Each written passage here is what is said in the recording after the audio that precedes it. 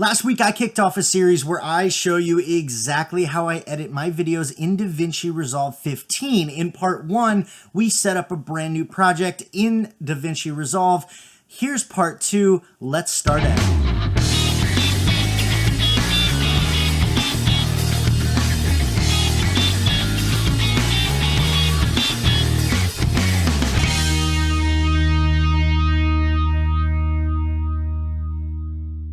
Hey everybody, welcome back to another video. If you're new here, my name's Jay, and if you're into things like cinematography, video editing, and the occasional life lesson or two, make sure you subscribe to my channel and hit that bell so you can get notified whenever I upload a new video. This week, we're continuing on with the How I Edit in Davinci Resolve series. Last week, we set up a brand new project in Davinci Resolve. This week, we're working with the timeline. We're building it out. I'm going to show you how I work within the Edit tab. Now, before we get into the tutorial, there's a few things that I want to go over. First of all, if you haven't watched part 1 of this series and you don't know how to set up a new project in Davinci Resolve, make sure you go and watch that. There's a link to the playlist in the description of this video. Make sure you click that, watch part 1 before you come here. Second thing, even though we are building a timeline, I'm showing you how I work within the Edit tab today. I'm not going to build out the entire vlog in this tutorial. That would take hours, and I just don't have that kind of time to do it, and you don't have that kind of time to watch. And the third thing is more of a disclaimer. This is my editing workflow. This is my editing style. I encourage you to experiment and find your own style. The purpose of this tutorial is to show you some of the features of the Edit tab, show you some of the ways that I think when I'm editing, and hopefully point you in the right direction. And with that being said, let's jump into the tutorial. Okay, so here we are in the Edit tab. All of the work that we're doing today is gonna be in here. And the first thing that we want to do actually is something I could have done last week in last week's tutorial, but I kind of forgot. So we're going to do it now. I want to customize my timeline a little bit. I want to give it a few more video tracks and a few more audio tracks. And I'll explain why. We're actually going to end up creating 5 audio tracks. We're going to have 2 audio tracks for dialogue. We're going to have 1 audio track for music, 1 audio track for sound effects, and 1 audio track for ambient noise. And to be honest, when it comes to audio tracks, that's the minimum that I would recommend. You want to keep your dialogue and your music and your sound effects and your ambient noise all separate. It's going to make things a lot easier when we go to edit audio later. So to create new audio tracks, it's really easy. You just want to come down here to your timeline, to the audio track section. You're going to right click, hit add track, stereo, add track, stereo, add track, stereo. You get the idea. Now you could go and color code all of those so you remember which ones are which. I'm not going to do that. I've been doing this for so long. Actually, yeah, I guess we will do that. I want to show you how to do that. Okay, so we'll keep these first 2 dialogue ones green. For the music, I guess we'll just change that one. We're going to right click it, go to change track color. We'll go ahead and make that orange. Sound effects, we'll go ahead and make navy, and ambient noise, oh, let's just do purple. For video tracks, it's the same thing. I don't know if we'll need any more than 1. We probably will, so we're just gonna do add track, and we're just gonna have 3 video tracks. And now that we have all the tracks we're going to need in our timeline, it's time to start reviewing that original footage, setting our in and out points, and dragging it onto the timeline. And when it comes to editing videos, I tend to do all my dialogue work first. So I go to my dialogue folder, and I go to the first clip that I'm going to have in the timeline, which is right here. We're going to go ahead, click, and drag that into the source monitor, and we're going to find the place where I start talking, and it's somewhere around here.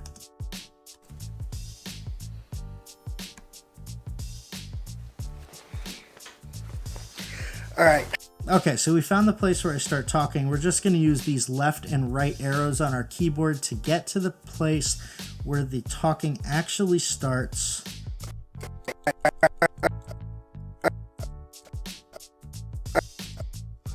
Right there, looks good. We're gonna hit I on our keyboard to set our in point. All right, gotta go work for my neighbor real quick. Then I got a meeting with a potential client. It's a busy day. Busy day. I'm gonna hit spacebar to stop, hit O for our out point, and then we're just gonna click and drag onto our timeline. And that's it. You're going to use that for all the types of footage, even audio. You're going to use it for everything that you're dragging into your timeline. You're going to use the left and right arrows on your keyboard to find the exact points that you want to start and stop your clips. You're going to hit I for the beginning of the clip. You're going to hit O for the end of the clip, and then you're just going to drag your selection onto the timeline. If your footage isn't playing back smoothly, if you're getting a lot of choppiness, a lot of lag, there's something that you can do. Davinci Resolve has something called Proxy Mode, where it actually lowers the resolution on your playback to allow it to play back smoothly. And to go into Proxy Mode, it's really easy. You just go up to the top menu, hit Playback, Proxy Mode. You have a choice of half or quarter resolution. I always choose quarter resolution, and now you should play back smoothly. Now, when I'm putting videos together, I tend to use a lot of in-camera transitions, mainly whip pans. So if I want to maybe transition, in this video, I transition from being outside of the car to inside of the car. I'm gonna show you exactly how I edit that right now. Okay, so in my source monitor, you see I have a new clip in here. I've already set my in and my out points, and if you look closely at my in point, it's me walking towards the car, and the clip ends with me whipping the camera to the right where there's a whole bunch of motion blur. So we're gonna go ahead, drag that onto the timeline, and then we're going to drag the next clip into the source monitor. Again, I've set my in and my out points. The in starts with that motion blur of me whipping the camera to the right and ends with me having just finished saying what I needed to say. We're going to go ahead, drag that onto the timeline,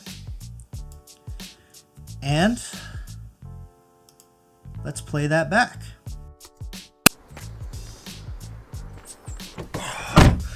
All right. Let's go. And now we have a nice, seamless, smooth transition from me being outside of the car to me being inside of the car. And that's my goal when putting all of these stories together, when putting these videos together. I want the story to flow. I want it to be as smooth as possible. So when I can do an in-camera transition and it seems more natural, like the one I just showed you, I do that. Or maybe I need to pass the time. There's no way to smoothly get from one point of the story to the next point in the story. So I'll put maybe a cinematic sequence, some kind of B-roll sequence in there in order to show the passing of time. And that's really the only places I use B-roll. I'm going to do a whole video on this at some point, but the short version is if I'm setting the scene, or if I'm trying to pass the time, or if there is no way to smoothly get from one point of the story to the other, that's when I'll put a cinematic sequence in. That's when I will use slow motion, time lapses, and stuff like that. Why am I talking about B-roll right now? Why am I talking about cinematic sequences? Because right now I'm going to show you how to do slow motion. Now, if you remember when we set our project up in last week's video, we put all of our slow motion clips, all of our 60 frame per second clips, and our 240 frame per second clip into a slow motion bin. And what we're going to do now is we're actually going to slow all of this footage down before it ever makes it into the timeline. And to do that, it's really easy. Just click on one of the clips, hit Control A to select all of the clips. We're going to right click, do Clip Attributes, click the checkbox in the video frame rate section, hit the drop down menu, choose 23.976, and hit OK. And now all of that footage is slowed down to the maximum amount that it can be slowed down before it starts getting really choppy. Now, before we go any further, it's a good idea to save your work. You should probably do that now. Just hit Control S on your keyboard and it'll automatically save your project. And putting slow motion clips into the timeline is exactly the same as putting any other clip onto the timeline. You just want to drag it into your source monitor. You want to set your in and your out points. Now, since this is B-roll and this is a cinematic sequence, we're not going to put the audio that was contained in this video clip into the timeline. So what we're going to do, down here at the bottom of your source monitor, you see two icons. On the left, you have the video icon. On the right, you have the audio icon. You just want to click and drag that video icon onto the timeline. Now, let's say you're like me and your camera only shoots 60 frames per second max, but you love the look of 120 frames per second. I did an entire tutorial on this. I'm going to show you how to do it in Davinci Resolve real quick. It's super easy. So this 60 frame per second clip is slowed down as much as it can be before it gets choppy, but there is a way to slow it down even more and keep it smooth. All you want to do is right click on the clip,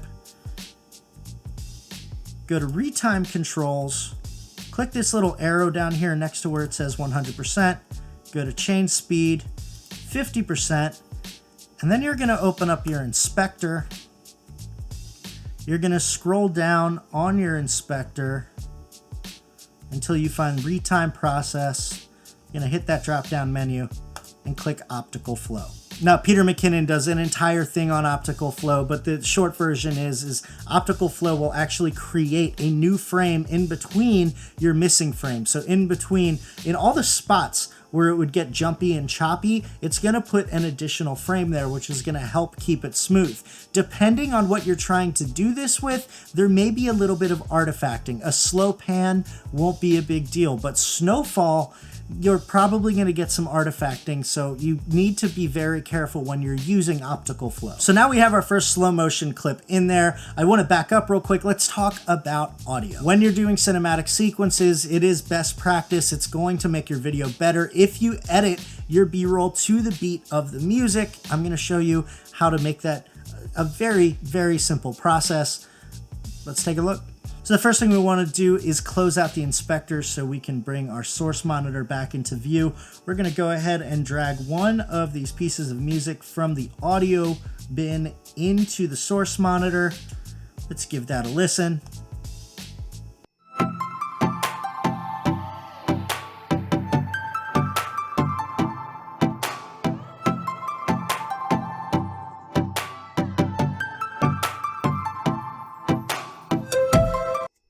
Yeah, it's a pretty good piece of music. I think that'll work for what I'm trying to do. We just want to find the part in the song where we actually want our cinematic sequence to start. Should be right around here.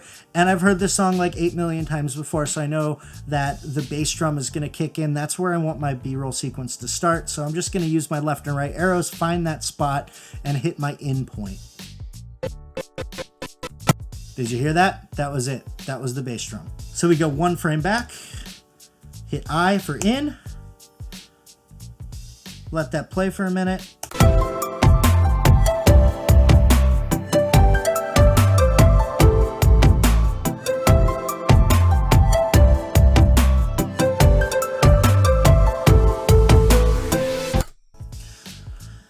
And that's it. We're going to hit our out with O. I'm going to go ahead and drag that onto the timeline right down here in track 3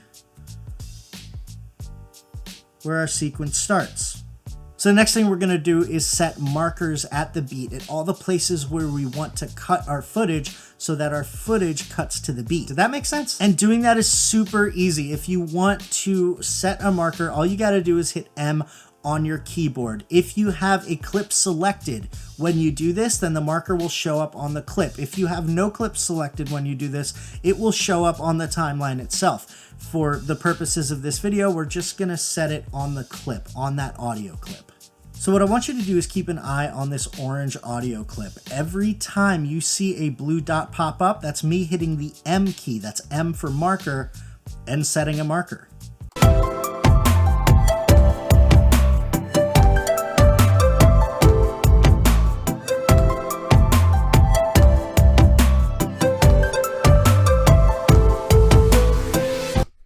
And that's it. Now all you have to do is drag your slow motion clips into the timeline and adjust the endpoints of those clips to match up with the markers on your audio file.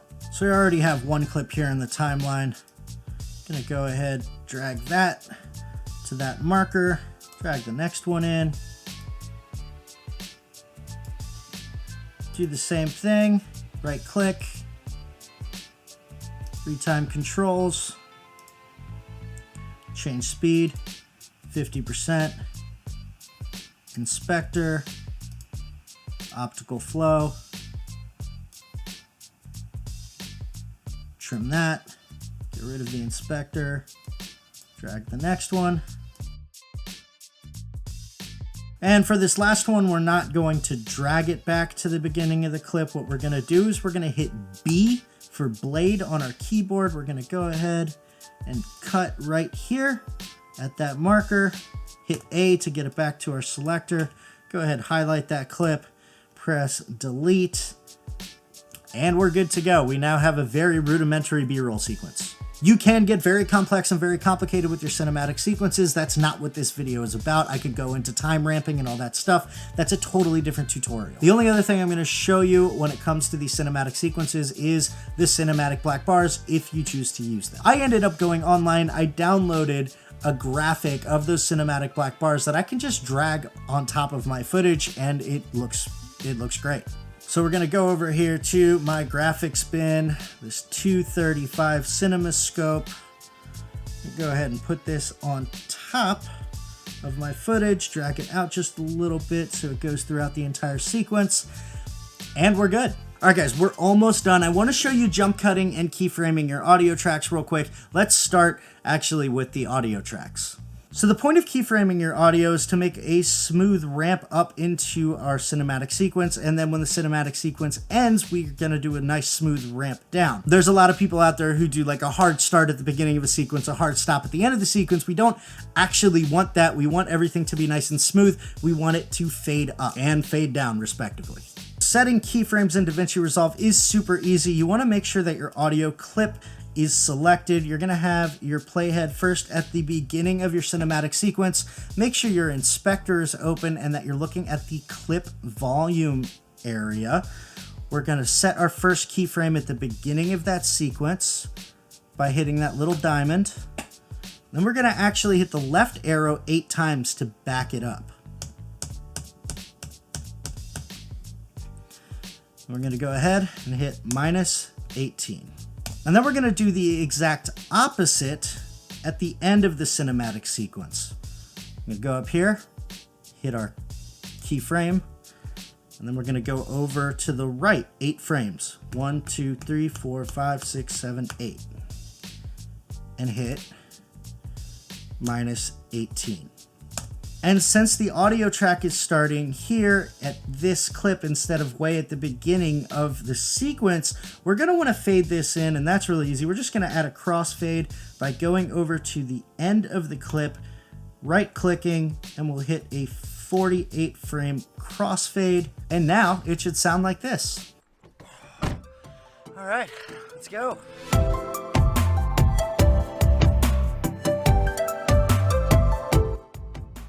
See how it was a nice smooth increase in volume and then a nice smooth decrease in volume? It was still fast. It was still a quick pace, but it was smooth. It wasn't very hard. It was easier on the ears. Okay, let's talk about jump cuts real quick. I did an entire tutorial on this once before. It was in Premiere Pro. I'm going to show you how to do it in Davinci Resolve. Spoiler alert, it's basically the same thing. So first thing I want to do is get rid of this inspector to bring back my source monitor. We're going to go ahead. We're going to be using this clip here. This is actually the last clip in the video. We're going to go to where I start talking. We're going to go ahead and hit I for in. So, how I became a full-time YouTuber.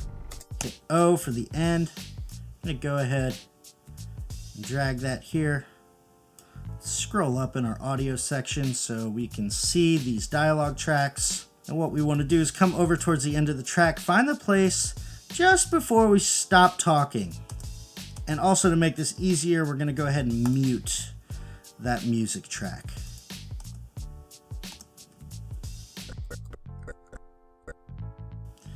That seems like a good place. So what you want to do is you want to have your playhead not at the end of where you're talking, but just before that. Your last word is still kind of going on. You're actually going to be layering and overlapping your dialogue clips. So as the last word of one clip is ending, the first word of the next clip is beginning. So let's go up here and we will find the next clip.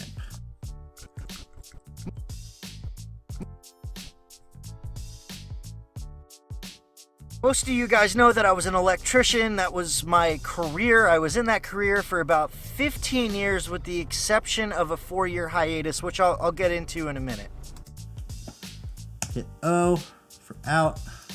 I'm going to go ahead and we're going to drag this on to video 2 and audio 2.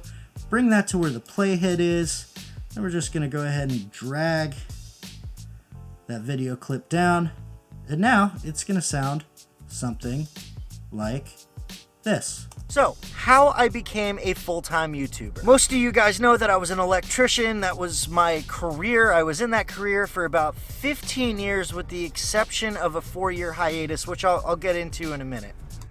And just for good measure, let's take a look at our timeline so far. All right, gotta go work for my neighbor real quick. Then I got a meeting with a potential client. It's a busy day.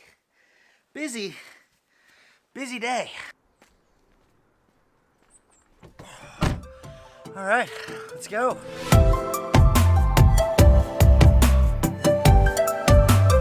So, how I became a full-time YouTuber. Most of you guys know that I was an electrician. That was my career. I was in that career for about 15 years with the exception of a 4-year hiatus, which I'll get into in a minute.